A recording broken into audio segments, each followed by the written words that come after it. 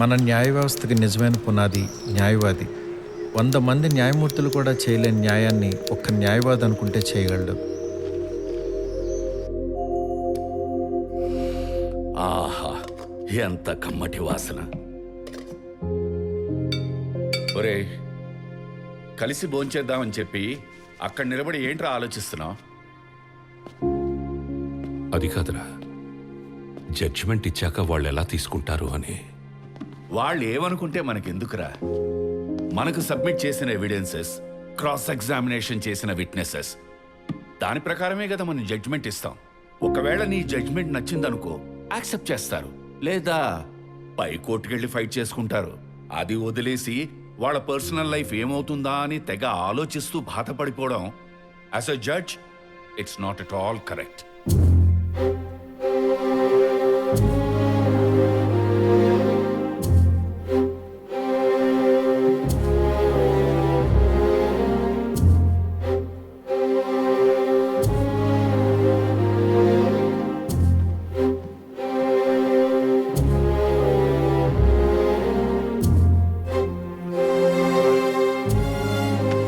చెప్పుకోవాల్సింది ఇంకేమన్నా ఉందా?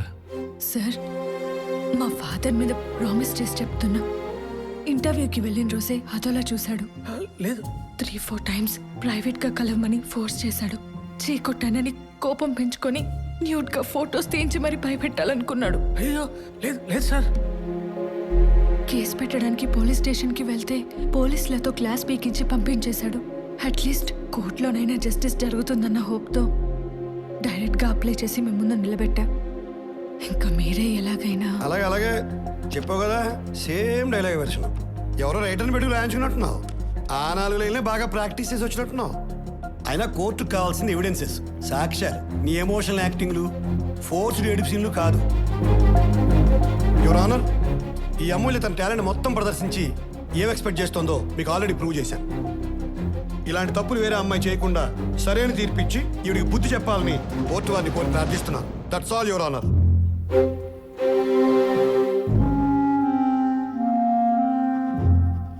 సాక్ష్యాధారాలని పరిశీలించి చూడగా కుమారి అమూల్య చేసిన ఆరోపణలన్నీ నిరాధారాలని, కేవలం డబ్బు కోసమే ఆ కాలేజ్ చైర్మన్ వివేక్ని ఉద్దేశపూర్వకంగానే ఈ కేసులో ఇరికిచ్చిందని కోర్టు వారు నమ్మడం జరిగింది.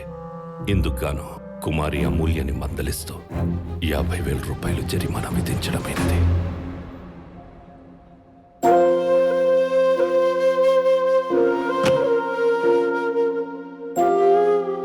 Court dismissed.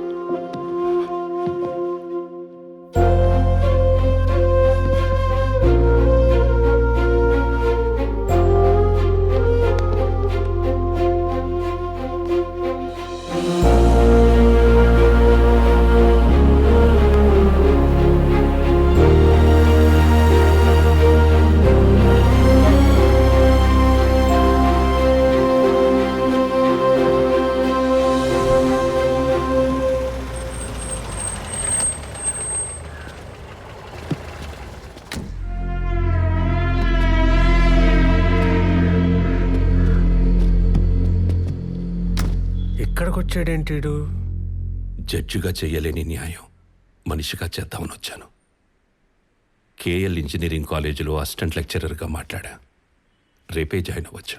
అక్కర్లేదు సార్, నాకు కావాల్సిన న్యాయం కోర్టులో చేయాలి, కానీ ఇలా 4 గోడల మధ్య కాదు. అద్దం ముందు బట్టలు మార్చుకోవడానికి ఇబ్బంది పడే ఆడపిల్లని నేకడిగా సొసైటీ ముందు నిలబెట్టేశారు. చిన్న జస్టిస్ కోసం తెగించి కోర్టు మెట్లు ఎక్కిన పాపానికి మళ్ళీ లేగలేనంత లోతుకు తోసేశారు. అది కాదమ్మా. సార్, మీరు నిజంగా నాకు హెల్ప్ చేద్దామని వచ్చుంటే ఇంకెప్పుడు కోర్టుకు వెళ్ళకండి. ఆ బ్లాక్ కోట్ తీసేయండి. Sir, you are unfit for this judicial system.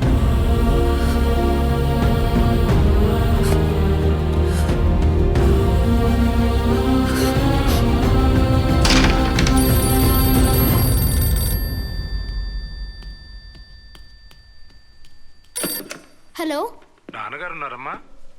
నాన్న నీకే ఫోన్.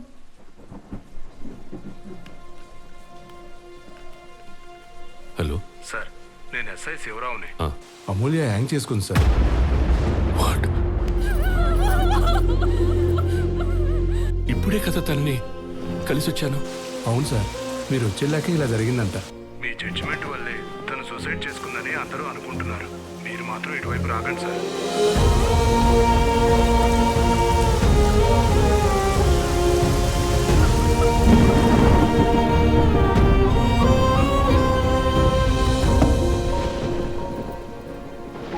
రెసిగ్నేషనా? ఇదేంటండి ఇలా? ఎంతో కష్టపడి చదువుకొని పైకొచ్చి పైకొచ్చి ఏం చేశా? జడ్జి అనే పదానికి, ఆ ధర్మాసనం మీద కూర్చున్న నాకు, జనమిచ్చే గౌరవానికి, నేనిచ్చే తీర్పుకి సంబంధం లేనప్పుడు ఇక నేనెందుకు అక్కడ ఉండాలి? జైల్లో ఉండాల్సిన వాడు గెస్ట్ హౌస్లో ఉన్నాడు. కాలేజీలో ఉండాల్సిన అమ్మాయి శవమై వేలాడుతోంది. ఒక ఆడపిల్లకి న్యాయం చేయలేని బ్లాక్ కోటు ఉంటే ఎంత, పోతే ఎంత? ఈ వ్యవస్థని మార్చగలిగే శక్తి లేనప్పుడు వ్యక్తిత్వాన్ని చంపుకొని బతకూడదు. కోర్టులో గెలిపించలేని అమూల్యనే కనీసం తన ఆఖరి కోరికనైనా తీర్చి గెలిపిస్తా.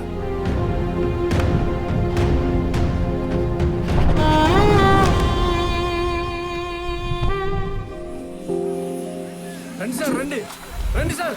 మేము ఎంత అడ్డుకున్నా వీళ్ళు మాత్రం పనులు ఆపట్లేదు సార్. ఆపడే, ఆపో చెప్తుండే, ఆపండి చెప్తున్నా, అర్థం కాలేదు నీకు? ఆపో. ఈ మైథిలి కన్స్ట్రక్షన్ చేసే మోసాలు అన్ని నీకు కాదు సార్. మా 200 ఎకరాలు దళిత భూములు అక్రమంగా ఆక్రమించుకొని మాకు వేరే సరైన నెంబర్లు చూపించి మమ్మల్ని మోసం చేస్తున్నారు సార్. ఎదురు తిరిగి మాట్లాడే వాళ్ళకి నరకం చూపిస్తున్నారు సార్. పాస్బుక్ చూపించండి, చూడండి సార్, మీరే చూడండి సార్. ఇగో సార్. లక్కీ చూడరా, వీళ్ళకి ఇంత క్లారిటీ ఉన్నప్పుడు నీలాంటోడిని పట్టుకొని స్టే తెచ్చి ఆ కన్స్ట్రక్షన్ ఆపేయచ్చు కదా. నానా, వాళ్ళకి తెలియదు కదా, కొంతమంది కమర్షియల్ క్యాండిడేట్స్ వల్ల పాడైపోతున్న ఈ జ్యుడిషియల్ సిస్టమ్ని కాపాడటానికి రూపాయి అంటే ఇంట్రెస్ట్ లేని నాలాంటి నాన్ కమర్షియల్ లాయర్ ఇక్కడే ఉన్నాడని. కరెక్ట్. అవతలోడు ఎంత సౌండ్ అయినా వాడు మాత్రం జస్టిస్ కోసం నిలబడి అమాయకులకు న్యాయం జరిగే వరకు పోరాడుతూనే ఉంటాడని.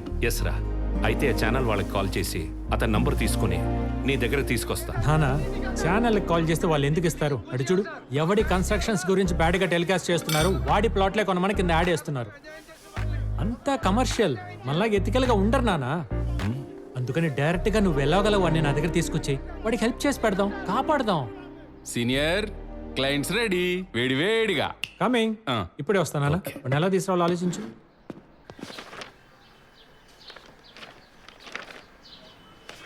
ఆశ అంటే ఓల్డ్ సిటీ పాషానే.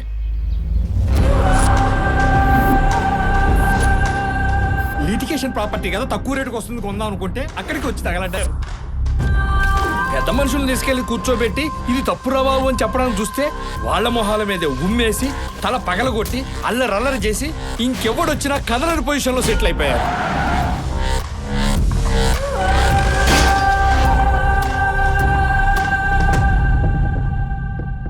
వాడిని కోర్టుకు తీసుకొచ్చినా లొంగే లాంగ్వేజ్ ఉండదు వాడి బాడీకి. Out of the court settle చేయాల్సిందే. అదే అవ్వలేదు అంటున్నాం సార్. వెళ్ళింది లాయర్ లక్కీ కాదు కదా.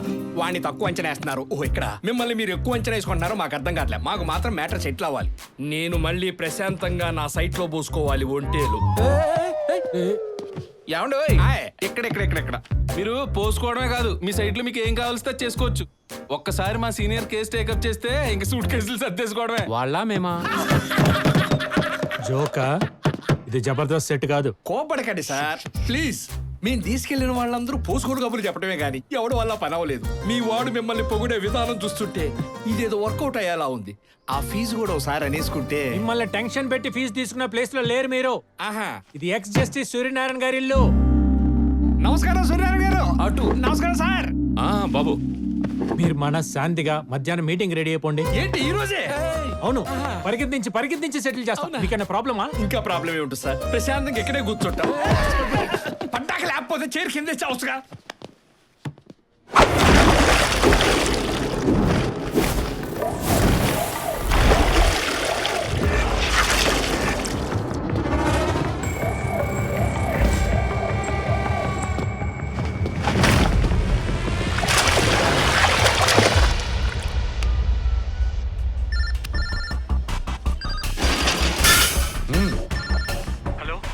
నేను లాయర్ లక్కీని మాట్లాడుతున్నా. బజ్జీ నమస్తే బ్రో. నేను ఓల్డ్ సిటీ పాషాకు ఆపోనెంట్ గా కేసు ఒప్పుకున్నాను చెప్పేసి నన్ను మర్డర్ చేయడానికి 1 2 3 4 15 మంది వచ్చారు సార్. దోలకి దుకాణం పెడితే అరక్కి కారం పెట్టిందంట. మరి కేసు ఎందుకు ఒప్పుకున్నా? సార్ ఒప్పేసుకున్నాను కదా, వచ్చి కాపాడండి సార్. ఈ కేసు గురించి ఇన్ఫర్మేషన్ ఇచ్చిందే ఆడు. తుమారకు మారనే బాధ ఆతాది. పాషా గారు ఇది కరెక్ట్ కాదు కదా. కరెక్ట్ కాదు. ఒక లాయర్ని గిట్ల నిలబెట్టి వాదించుడు తప్పే కదా, శిక్ష పడాలి.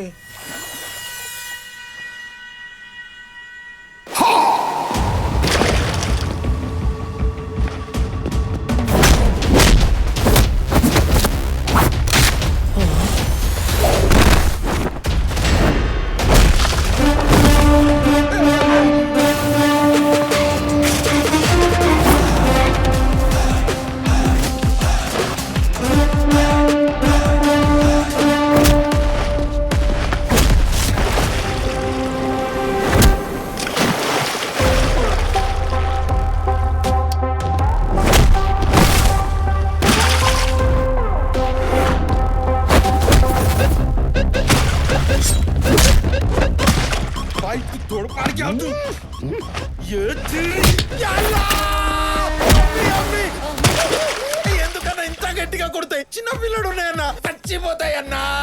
నేను పిల్లగా దీన్నే ఆత్మరక్షణ అంటారు.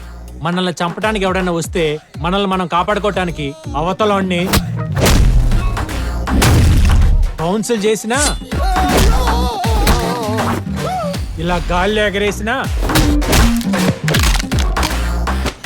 ఇలా ఇరగదీసినా, ఇలా విసిరేసినా తప్పే లేదని ఆత్మరక్షణ యాక్ట్ పేబుల్ సెక్షన్ 302, 324, 325 లో మెన్షన్ చేసింది. నన్ను నేను కాపాడుకోవాలి కదా, మీ నుండి నా ప్రాణాలు రక్షించుకోవాలి కదా. రండిరా రండి.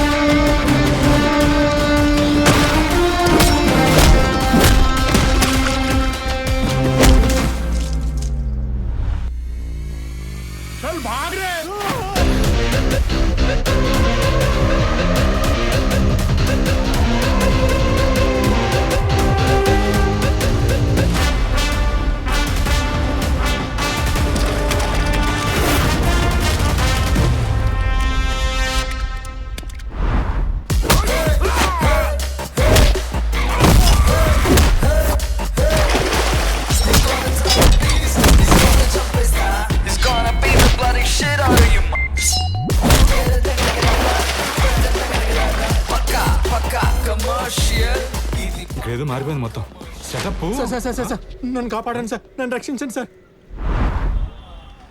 ఏంటయ్యా చూస్తున్నా, నువ్వే వాళ్ళు బాధ చేసినట్టుంది. నాకు తెలుసు మీరు ఇలా అంటారని, అందుకే సేఫ్ గా విట్నెస్ వీడియో కూడా తీయించా. చూడండి. ఎస్ సార్, అంతా రికార్డెడ్ గా ఉంది. అంతేకాదు నువ్వే నన్ను చంపడానికి ఇన్ఫర్మేషన్ ఇచ్చావంటగా, అది రికార్డ్ చేశా. రే బజ్జీ, ఎత్రీగా నిన్నే యాడ్ చేయాల్సి ఉంటుందేమో. అమ్మని అమ్మ, అది కాదు కానీ న్యూమరాలజీ ప్రకారం ఆ నెంబర్ మనకు వర్కౌట్ కాదు. కూర్చొని క్లోజ్ చేసుకో. అయితే ఇంకెందుకు లేట్ పదా.